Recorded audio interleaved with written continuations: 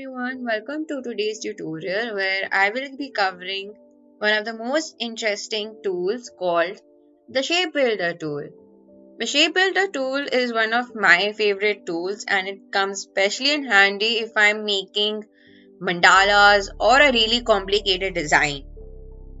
So what the Shape Builder tool does is that it can either combine two or more kinds of shapes into one unique shape, or it can eliminate different parts of a shape to make one new entire shape. Right, so let's get started and let me show you how you can use the Shape Builder tool. So in this video, I will be using this A4 size document which is 21 by 29.7 centimeter. The orientation will be portrait and I will give a name to my document, Shape Builder tool. Alright, so in case if you are unable to see all these tools on your screen, make sure you are in the Essential Classic option. Then only you will be able to see all these tools right here. Okay, so first let's start by making our first shape. So by default, the fill of my shape will be white and the stroke, which is the outline, will be black. So I don't want any fill to be there as of now. So I'll select this ellipse tool from the shape tool, this ellipse one right here, and first make a circle like this. Go back to my selection tool, and if I click and drag my circle by clicking on the button Alt on my laptop screen, I will be able to make a duplicate of my circle, right? So make sure that you click Alt and drag your shape to make a duplicate. Alright. So now for example, I want just this middle portion of my two circles, right? So I can easily do that with the Shape Builder tool. So I'll select these two circles right here and go over here to the left hand side of my screen and click on this tool right here, the Shape Builder tool. So it looks something like this on your screen, like that. So if I hover over to my shapes right here, you can see it gets divided into three parts. And if you look closely, there is a plus sign right below my cursor, right? Now I want to eliminate, right? So we click on Alt, the plus sign gets converted into a minus sign.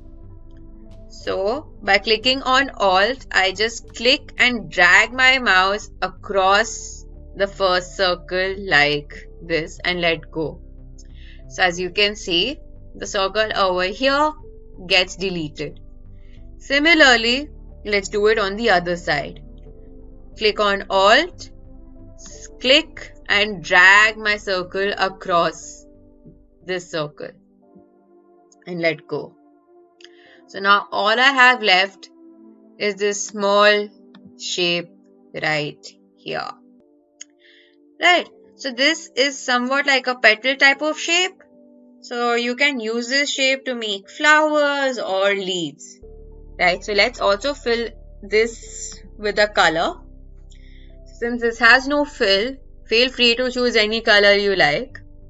So let's fill it up with dark blue. Alright, so let me just put my shape right here for now. Not so like, okay, there you go. So let's make 2-3 more different kinds of shapes this time. So let's start by making a circle and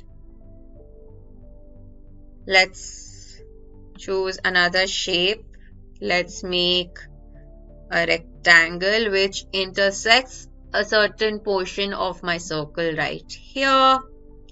Let's also make another rectangle like here. And let's also make a polygon, right? And about here. So let me also rotate this a little. So change the shape like that. Let me also minimize the size like that and bring this closer to over here and like that. Now I want to combine all these shapes, right? So we can do that by selecting all these shapes, going back to the shape builder tool. Now instead of clicking on Alt, I will be using this plus sign right here. So you see, if you hover your cursor onto these shapes, you can see it gets divided into all these parts, right?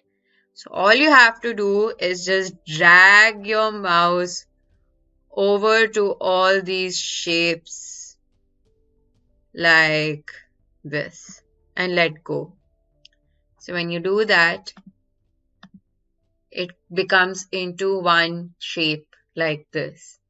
So of course you can further manipulate this if you like by clicking on the shape and going to the direct selection tool. So as you can see, wherever there are corners, these small dots, these small circles appear, which means you can make them rounded like that, right? So you can make them rounded however, how much as you want, further manipulate it if you like. I'm going to do that. I want to go play around with my shapes and like that. And of course, let's fill it with another color. So instead of blue, let's do red. Let's bring the color picker right on top of the red option right here and choose a bright shade of red and click OK. And there you go. It's that easy. The shape builder tool is one of the most easiest tools that you can use. So with a little bit of practice, you will soon get the hang of it. Right. So now let's also quickly save our documents. Right. So we go to this file option right here. Go to save as. And by default, our document will be saved as an Adobe Illustrator file. So I would highly recommend that you first save it as an Adobe Illustrator file. Then you can always save it in a PDF or a JPEG format if you like.